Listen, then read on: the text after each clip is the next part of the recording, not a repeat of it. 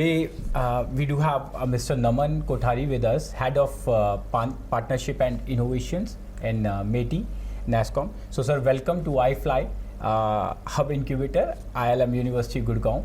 So first of all, sir, I just need a couple of things to understand how exactly this startup ecosystem is working, and probably how do you think that as a state, like state-wise, there are lots of incubation centers or government schemes are there. So what do you think they can differentiate and support the ecosystem for the startups or budding entrepreneurs?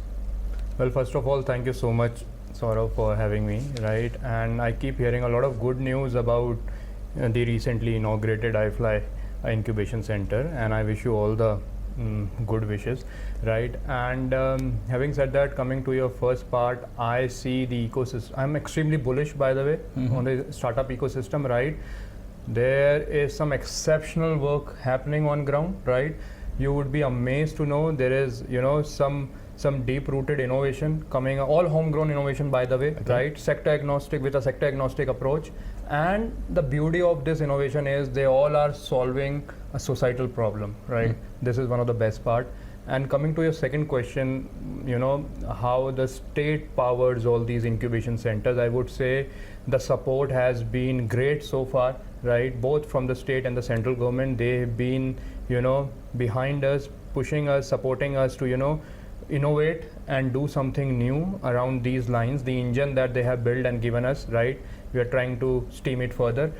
And also I would just quickly want to touch upon, you name any sector, every sector is being, benefited and being scaled through these smart technologies and solutions. True. Like follow-up question on that, what do you think, like AI, I think we heard this word as a buzzword in this startup ecosystem. Everyone is talking about this artificial intelligence. How do you think, like, are they going to replace jobs, or I think you heard lots of questions coming from the startup world? Yeah. Very interesting question, and I was expecting it as well. So, AI is the most talked word recently, and there is a lot of fear also, rightfully, because they say AI might take jobs, right? I can say, AI will make jobs smarter. It won't take jobs, but it is going to make jobs smarter, right? And AI is something that you can't afford to miss, right? This is, you have to adopt, accept and learn AI. This is the writing on the wall, I can tell you, right? And the other day we were discussing, Saurav, it's equally important to learn, unlearn and relearn, right? Yes. So the same applies on AI and other emerging technologies too. So yes, I think everyone who's watching this series, I think at least start with the basics of AI, right? Try to learn or understand some of the use cases of AI, and this is something you can't miss. Okay, so we do have a couple of courses in IILM University regarding this entrepreneurship, innovation. How do you think a university like us is going to contribute to the ecosystem, and probably a support which is probably required from your centers as well?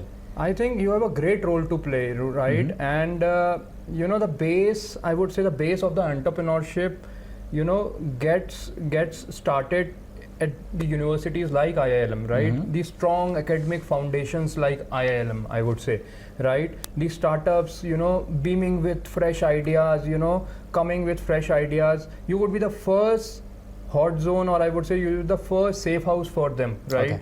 Once the idea is being tested, fine-tuned, then they can reach out to, fairly mature incubation centers. I would say government-powered incubation centers, wherein we can help them to connect with industries, investors, based on their requirement. But having said that, the stage one, has to be nurtured, mentored within the university, and IILM has, a big role to play in it.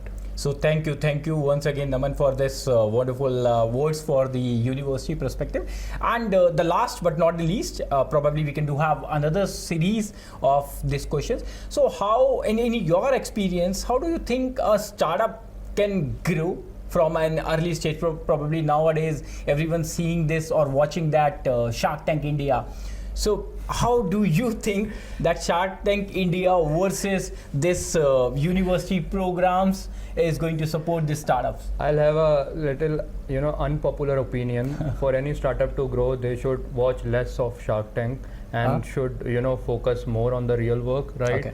They should try to identify, a pain point or the problem that they need to solve. This is point number one. This is the first thing that they should, try to solve. Every time they wake up, they should think of the problem they are planning to solve. Okay. Right? And then probably fine tune their model.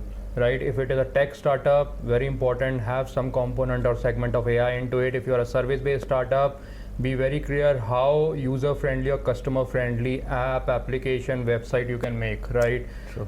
At the end, it all comes back to the end user, the customers. Yes. So identify the target group, target audience, identify the problem statement, and then, iterate, build over it. Okay. So thank you, Naman, for being with us and having this entrepreneurial series with IILM University Gurugram. So happy to have you, and thank you Likewise. once again. Thank you so much. Thank you.